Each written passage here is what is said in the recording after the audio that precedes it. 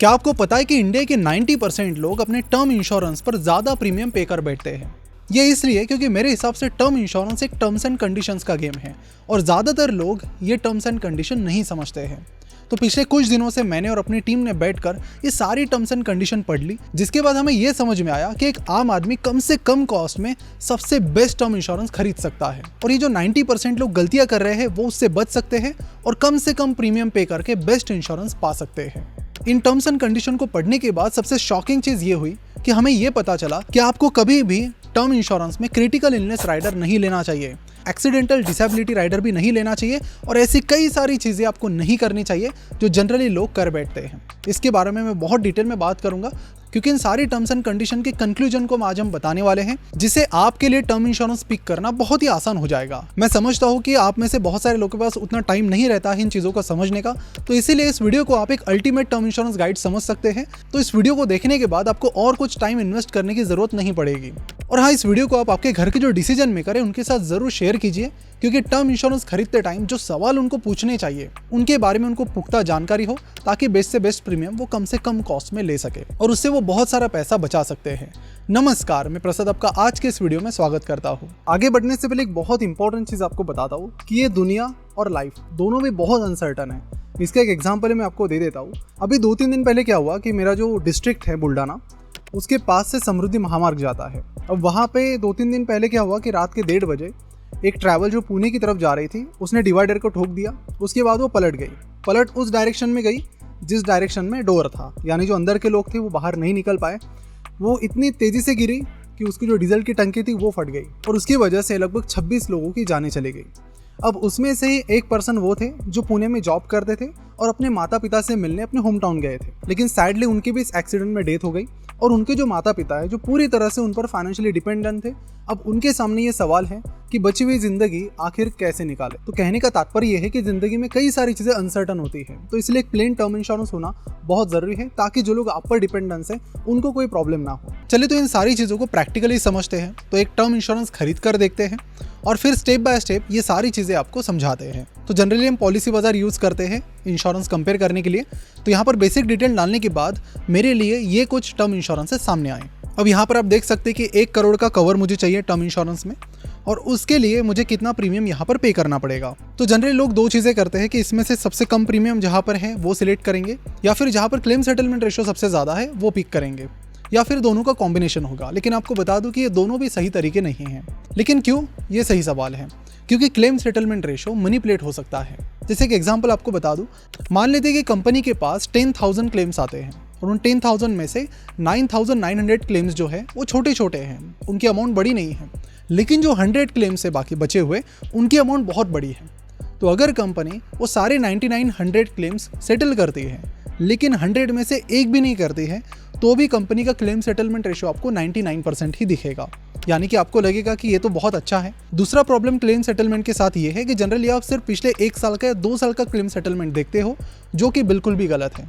अभी कोविड आने के बाद ये अचानक से इन रेशियोज में इतने बदलाव आ गए कि इनकी जो रियलिटी है असली टर्म इंश्योरेंस कंपनीज की वो सामने आ गई। तो उसको भी मैं डेटा की मदद से आपको समझाने की कोशिश करता हूँ। तो जनरली हम क्या करते हैं कि जिसका क्लेम सेटलमेंट रेशियो सबसे ज़्यादा है उसे पिक करते हैं। तो यहाँ पर अगर हम देखें उन कंपनीज की लिस्ट जिनका क्लेम सेटलमेंट रेशियो 99% से भी ज़्यादा है, तो उसमें HDFC लाइफ है, मैक्स लाइफ है, उसके बाद एगॉन लाइफ है, एडलवाइस टोक्यो है। तो अगर आप इस तरीके से इंश्योरेंस खरीदते हो तो आप शायद गलत इंश्योरेंस चुन सकते हो, जहाँ पर आपका पैसा भी वेस्ट हो सकता है। तो इसमें अगर हम थोड़ा और डेटा क्रंचिंग करते हैं तो बड़े इंटरेस्टिंग रिजल्ट्स आते हैं। हम क्या कर रहे हैं अभी कि पिछले 4 साल का इनका क्लेम सेटलमेंट रेशियो निकाल रहे हैं और उसका एवरेज ले रहे हैं। तो शॉकिंगली अगर हम पिछले 4 साल का क्लेम सेटलमेंट रेशियो का एवरेज लेते हैं तो सिर्फ एक ही कंपनी ऐसी बचती है जिसका फिर क्लेम सेटलमेंट रेशियो 99% के ऊपर का है।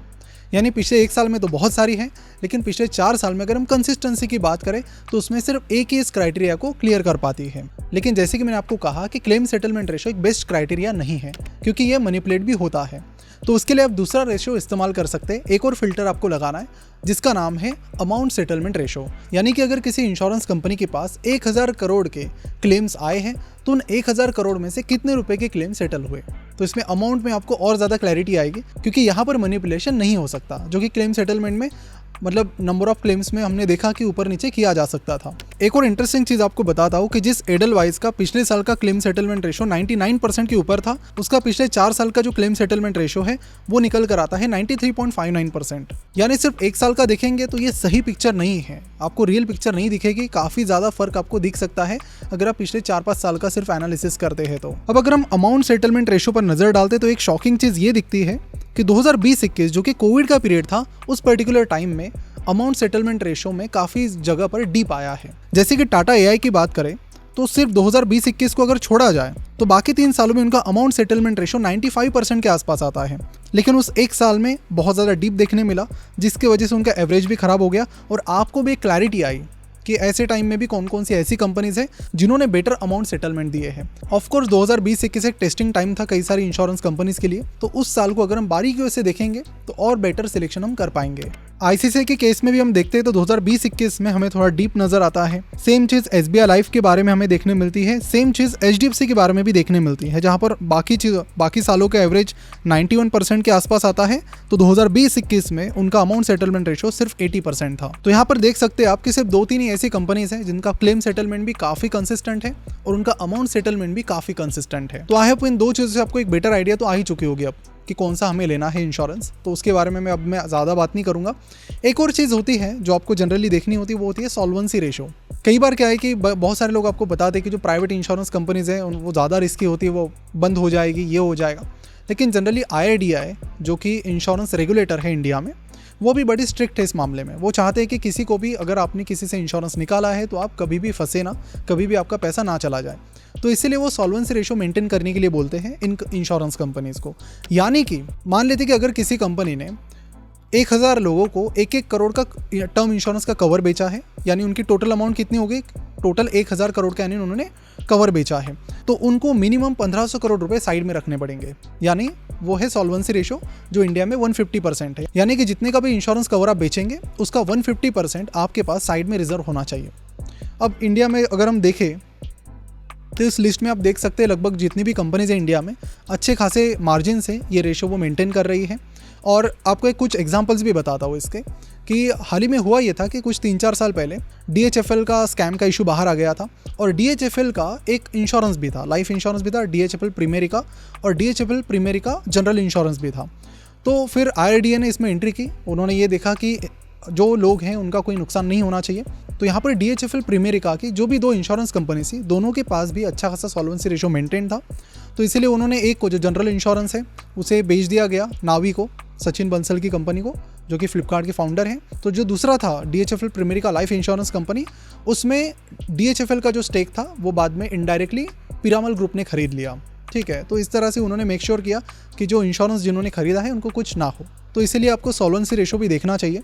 और एक चीज़ मैं चाहता हूँ कि आप देखो इंश्योरेंस कंपनी को फाइनलाइज करने से पहले कि उनके फाइनेंशियल्स कैसे हैं और उन पर कितना कर्जा है, तो वो सारी चीज़ें आप screener.in पर सिंपली जाकर देख सकते हैं। तो अगर हम HDFC लाइफ देखते हैं, ICICI लाइफ है, या फिर मैक्स लाइफ जिसका अच्छा खासा होल्डिंग मैक्स फाइनेंशियल सर्विसेज के पास है, तो ये सारी लिस्टेड कंपनी है, उनके डिटेल्स आप screener.in पर जाकर देख सकते हैं। तो ये जो भी कंपनीज, इनके फाइनेंशियल्स भी अच्छे हैं, और इनकी बोरोइंग्स पर अगर हम बैलेंस शीट में नज़र डालते हैं तो वो भी उतनी सिग्निफिकेंट नहीं है कि आपको किसी इनडायरेक्ट तरीके से कुछ प्रॉब्लम हो। ये एक्स्ट्रा सेफ्टी के लिए मैं चीज़ें बता रहा हूँ कि आपको, ठीक है, सॉल्वेंसी रेशो तो मेंटेन है ही, लेकिन फिर भी और एक्स्ट्रा सेफ्टी के लिए आप ये चीज़ें चेक कर सकते हैं। अब यहाँ पर लिस्टेड कंपनीज में एक और कंपनी है स्टार हेल्थ इंश्योरेंस। ठीक है, वो मतलब हमारे टर्म से रिलेटेड नहीं है, लेकिन उसके फाइनेंशियल्स में थोड़ी एक चीज़ ये लगती है कि उसके प्रॉफिट बहुत इनकन्सिस्टेंट है, किसी साल प्रॉफिट तो किसी साल बहुत बड़े बड़े लॉसेज। और एक चीज़ आप देख सकते हैं कि लॉसेज प्रॉफिट से काफ़ी ज़्यादा है, तो ये कुछ कंसर्न्स हो सकते हैं, लेकिन फिलहाल जो लाइफ इंश्योरेंस से रिलेटेड कंपनीज लिस्टेड है उनमें ये कंसर्न नहीं है। और फिर जो ऐसी कंपनीज है लाइफ इंश्योरेंस में जो प्राइवेट कंपनीज है, तो प्राइवेट में भी आप उनके गूगल पर सर्च करके उनके फाइनेंशियल्स देख सकते हैं कि किस तरह की उनकी फाइनेंशियल परफॉर्मेंस है, किस तरह के उन पर कर्जे हैं, तो ये एक एक्स्ट्रा सेफ्टी के लिए आप चेक कर सकते हैं। तो ये सारी चीज़ें चेक करने के बाद मैं किसी एक के साथ आगे बढ़ लेता हूँ। तो आगे बढ़ने के बाद यहाँ पर मेरे कुछ और डिटेल्स मांगे जाएंगे। अब यहाँ पर बाकी डिटेल्स चेक करने के बाद काफ़ी सारे ल्यूक्रेटिव ऑप्शन सामने आते हैं, बहुत बढ़िया बढ़िया से ऑप्शन है यहाँ पर, और यहीं पर ज़्यादातर लोगों की गलतियाँ होती है। देखिए, यहाँ पर सबसे ल्यूक्रेटिव अलग अलग ऑप्शन यहाँ पर आपको दिखते हैं। पहला है रिटर्न ऑफ प्रीमियम, यानी मनी बैक। जितना भी प्रीमियम आप जब तक आपकी पॉलिसी है तब तक पे करेंगे वो पूरा का पूरा आपको मिल जाएगा। लेकिन उसके लिए फिर क्या है कि आपको प्लेन प्रीमियम कितने में मिल रहा है यहाँ पर। देखिए यहाँ पर प्लेन टर्म इंश्योरेंस आपको मिल रहा है 998 रुपीज़ में, यानी लगभग 1000 रुपये में। वहाँ उसमें अगर आप 900 रुपये ऐड करते हो तो आपको पूरा का पूरा प्रीमियम वापस मिल जाएगा। है ना इंटरेस्टिंग ऑफर। लेकिन ये चीज़ आपको बिल्कुल भी नहीं लेनी है, इस चीज़ को आपको लेना ही नहीं है। तो आप कहेंगे कि मुझे अगर कुछ नहीं हुआ तो मुझे तो चाहिए पूरा का पूरा प्रीमियम। तो हाँ, मैं दिलवा दूँ आपको दूसरे तरीके से, इस तरीके से नहीं। तो देखिए यहाँ पर क्या है कि अगर आपको पूरा का पूरा प्रीमियम चाहिए तो यहाँ पर इस केस में आपको 900 रुपीज़ पर मंथ पे करने हैं, जिसके बाद आपको अपना, जैसे कि मेरी केस में मुझे जो 7.11 लाख का प्रीमियम है वो मिल जाएगा। यानी 900 रुपीज़ मैं हर साल पे करता रहूँगा, तो जितना भी प्रीमियम मैं पे करूँगा वो मुझे मिल जाएगा। लेकिन आपको बता दूँ कि अगर मैं रिटर्न्स की बात करूँ तो ये रिटर्न उतना खास नहीं है। एग्जाम्पल के तौर पे अगर बताऊँ कि सेम चीज़, सेम 900 रुपीज़ की मैं FD बनाता हूँ तो भी मुझे 7 लाख की बजाय 9.8 लाख रुपीज़ मिलेंगे, यानी 2.5 लाख रुपये ज़्यादा मिलेंगे। वही 900 रुपये, ठीक है, मैं FD के बजाय इंडेक्स फंड में डालता हूँ जिसने हिस्टोरिकली 13% का रिटर्न दिया है। तो उसको मैं अगर हम 12% के हिसाब से भी कैलकुलेट करते हैं तो उस केस में आपको लगभग 35 लाख रुपीज़ मिल जाएंगे, अगर यहाँ से आगे 31 ईयर तक अगर मैं उसे पे करता हूँ तो ये जो रिटर्न ऑफ प्रीमियम वाला ऑप्शन है वो कोई सेंस नहीं बनता इस चीज़ का, तो उसे आप एट एनी कॉस्ट अवॉइड कर दीजिए। यहाँ पर आपको जनरली 4 और ऑप्शंस दिए जाते हैं। एग्जाम्पल में यहाँ पर कुछ दिए कुछ नहीं दिए, लेकिन अलग अलग इंश्योरेंस अगर आप पिक करेंगे तो उसमें और भी ऑप्शंस दिखेंगे। ये 4 ऑप्शंस कौन से होते हैं? Critical illness rider, accidental death rider, terminal illness rider और चौथा आता है वीवर ऑफ प्रीमियम कवर। ये चारों चीज़ों का मतलब मैं आपको समझाता हूँ विद टर्म्स एंड कंडीशन। इसकी बहुत डिटेल में हमने टर्म्स एंड कंडीशन पढ़ी है। तो उसके बाद हमें ये पता चला है कि आपको क्रिटिकल इलनेस राइडर नहीं लेना है। अब आपको बता दूं कि इस क्रिटिकल इलनेस राइडर में इतनी सारी हिडन कंडीशन है कि उन कंडीशंस को बताने के लिए शायद मुझे 20 मिनट का अलग वीडियो बनाना पड़े। लेकिन उसका मैं आपको एक कंक्लूजन बताता हूँ कि मान लीजिए कि एक राइडर के हिसाब से अगर आपको एक स्पेसिफिक इलनेस हो जाती है जो कि क्रिटिकल सेगमेंट में आती है तो आपको यहाँ पर एक अश्योर्ड सम यानी एक पैसा मिल जाएगा।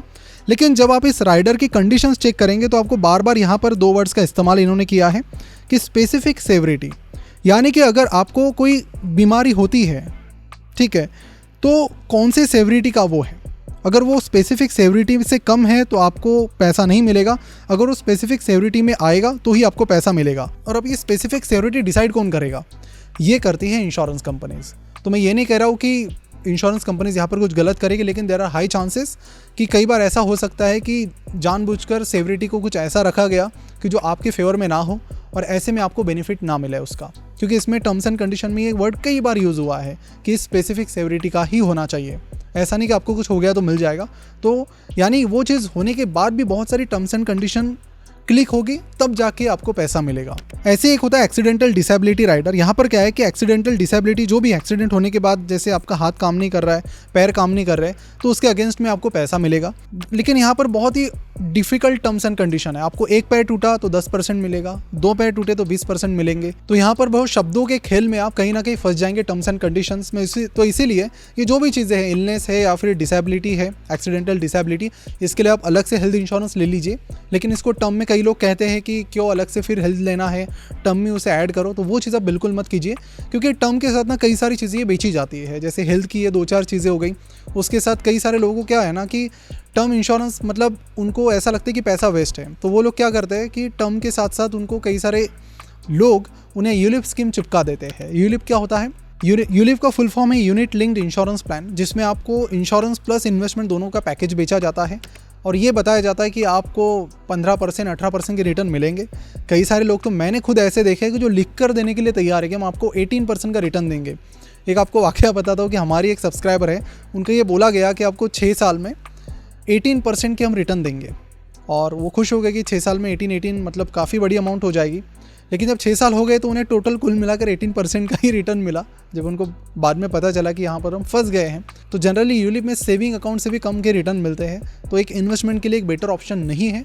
कभी भी अपनी इन्वेस्टमेंट्स और इंश्योरेंस को मिक्स मत कीजिए, दोनों को अलग रखिए। एक प्लेन टर्म इंश्योरेंस जिसकी हम बात कर रहे हैं अभी, देखिए कोई भी एड ऑन आपको नहीं लेना है, कोई भी नहीं। सबसे बेसिक वाला टर्म प्लान आपको लेना है।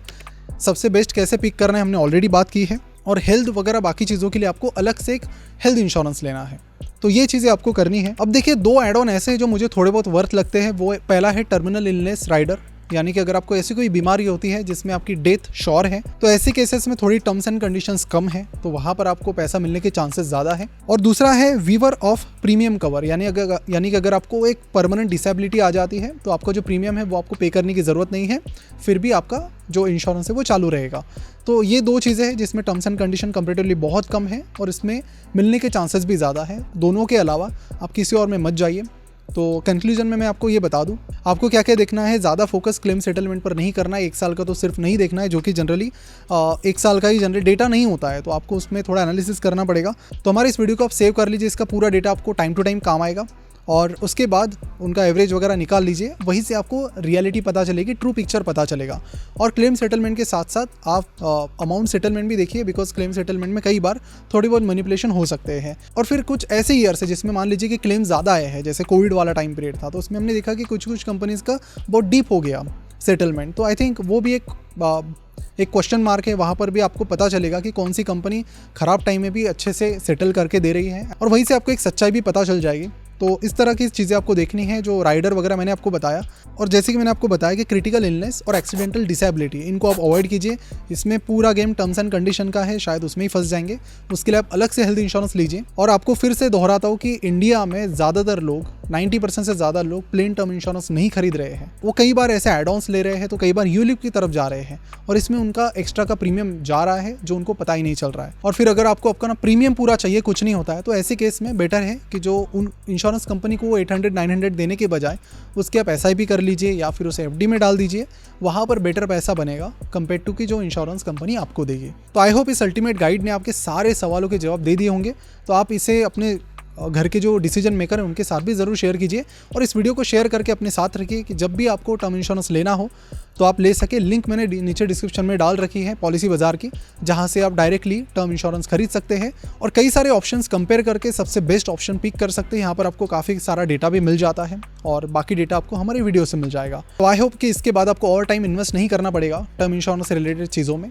अब सवाल ये आता है कि टर्म का तो हो गया, तो अभी मैंने हेल्थ की कुछ बात की, तो उसके लिए भी मैं एक वीडियो लेकर आऊँगा जिसमें एक कंप्लीट प्रैक्टिकल गाइड होगा हेल्थ इंश्योरेंस का। वहाँ पर हम देखेंगे कि वहाँ पर क्या देखना है और कैसे सबसे वहाँ पर भी कम से कम कॉस्ट में सबसे बेस्ट से बेस्ट हेल्थ इंश्योरेंस कैसे लेना है। तो मिलते हैं अगली वीडियो में। Thank you so much for watching this video. अगर अब तक आपने चैनल को सब्सक्राइब नहीं किया है तो ज़रूर कर लीजिए। इसी तरह के नॉलेजेबल फाइनेंस और इन्वेस्टमेंट रिलेटेड वीडियोज़ हम यहाँ पर लाते रहते हैं। Thank you.